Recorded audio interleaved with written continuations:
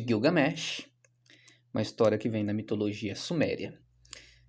A epopeia de Gilgamesh é muito provavelmente o texto mais antigo já escrito pela humanidade. A primeira vez que esse texto é encontrado, ele está numa tábua de argila escrita cuneiforme. Escrita cuneiforme é aquela escrita praticada na Mesopotâmia, né? É um texto sumério. Ele está escrito cuneiforme, data de 3000 antes de Cristo. Ou seja, é uma história que foi escrita há 5000 anos. E não há razão para a gente duvidar de que ela seja centenas ou até milênios mais velha do que isso. Porque se ela data justamente ela data justamente junto com a invenção da escrita. Então é muito mais provável que a epopeia de Gilgamesh seja mais escrita e só após a invenção da escrita ela tenha sido redigida. Mas essa tábua de argila suméria não é a única que tem essa história, que tem a epopeia de Gilgamesh. Existem outros textos que citam a mesma história, está em Hitita, em Acádio, mas são textos bem mais novos. Enfim, a citação mais antiga de uma história escrita por um ser humano é essa aqui, a epopeia de Gilgamesh, 3000 anos antes de Cristo, ou seja, 5000 anos atrás, e provavelmente bem mais velha do que isso. A história conta sobre o rei Gilgamesh, que era rei da cidade de Uruk, que ficava ali na Suméria. Gilgamesh era um semideus. Ele era filho de uma deusa com um mortal. Ele não era imortal, ele era mortal, mas ele tinha uma força sobre-humana. Ele era extraordinariamente forte.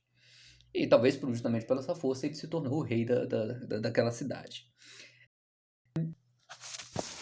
Só que ele era um rei absolutamente tirano, ele era um rei detestável, sabe? Pegava qualquer mulher que ele quisesse à força. E tanto a população quanto os deuses não estavam satisfeitos com Gilgamesh, por ele ser tão forte. Os deuses é mais compreensível, né? Porque em toda mitologia os deuses são meio vaidosos, são meio ressentidos, né? Eles não gostam muito de gente que se destaca mesmo, não. Toda mitologia geralmente se baseia em algo mais ou menos parecido, né? Alguém se destaca por algum motivo, pela força, pela beleza, seja lá pelo quê, e os deuses com ciúme dão um jeito de sacanear aquela pessoa. Isso é quase que regra em quase que qualquer mitologia. Mas no caso de Gilgamesh, ele era extraordinariamente forte. E tanto os deuses quanto a própria população, que era súditos do Gilgamesh, não estavam satisfeitos com ele. Então, os deuses se uniram e decidiram que iam criar um cara tão forte quanto o Gilgamesh para poder lutar contra o Gilgamesh. Eu gosto de advertir que nessas histórias assim, se você for procurar lógica, você não encontra, tá? É uma mitologia, não tem por objetivo entreter, mas tem por objetivo passar uma lição. Não tem muita lógica.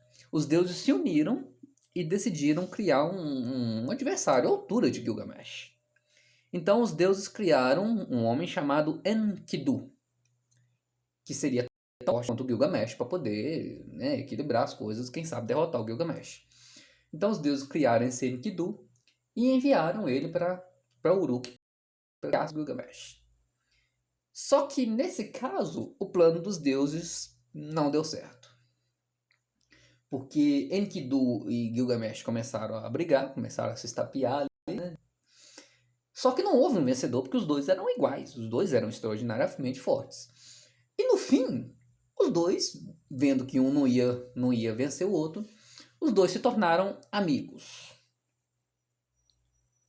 Na verdade, mais do que amigos. Não sei se ficou claro. Enkidu e Gilgamesh se tornaram mais do que amigos. Ou seja, o plano dos deuses saiu totalmente pela culatra. Então, Enkidu... Agora, se tinha um problema de um cara ser muito forte, e os deuses estavam com raiva disso, agora tinha dois caras muito fortes. E o pior, os dois estavam juntos, os dois estavam unidos. Enkidu e Gilgamesh, então, os dois juntos começaram a fazer a mesma bagunça que o Gilgamesh fazia, agora tinha um Enkidu para ajudar ele. E o Gilgamesh era muito bonito e tal, muitas mulheres se interessavam por ele, só que ele não queria mais ninguém. Não sei se está claro, ele não queria mais nenhuma mulher, ele queria só o Enkidu. E entre as mulheres que estavam apaixonadas por ele, que estavam doidas com o Gilgamesh, estava a deusa Istar, que é a deusa da beleza suméria. Ela é mais ou menos como se fosse a Afrodite dos gregos, tá? Ou a Vênus dos romanos.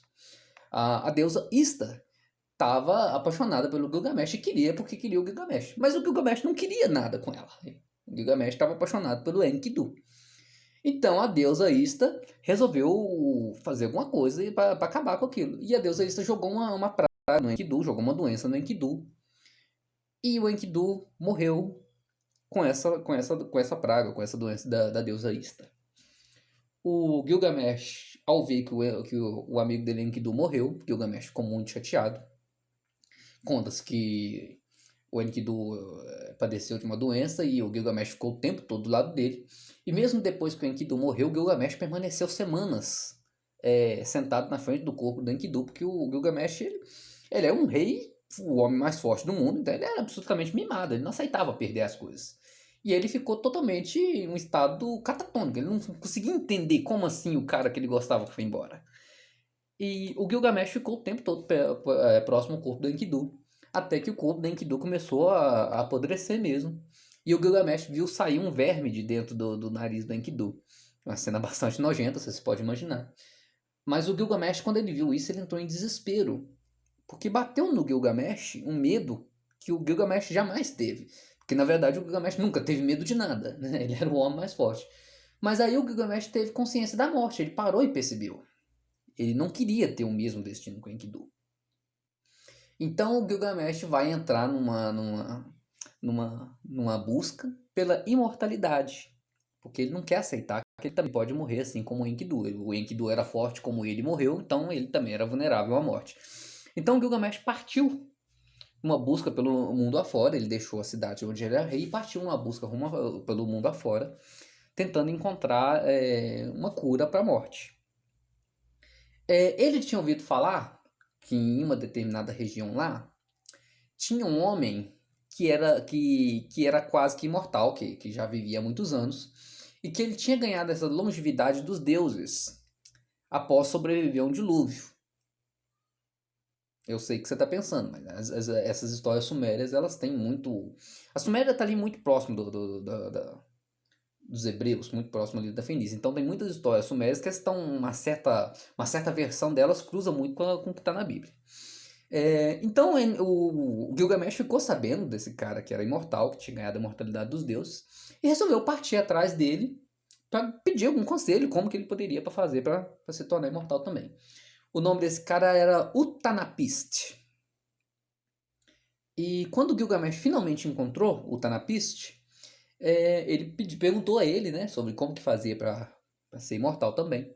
E o Utanapishtim respondeu para ele que não seria possível, porque a imortalidade, quando os deuses criaram os humanos, os deuses decidiram que os humanos seriam mortais e pronto.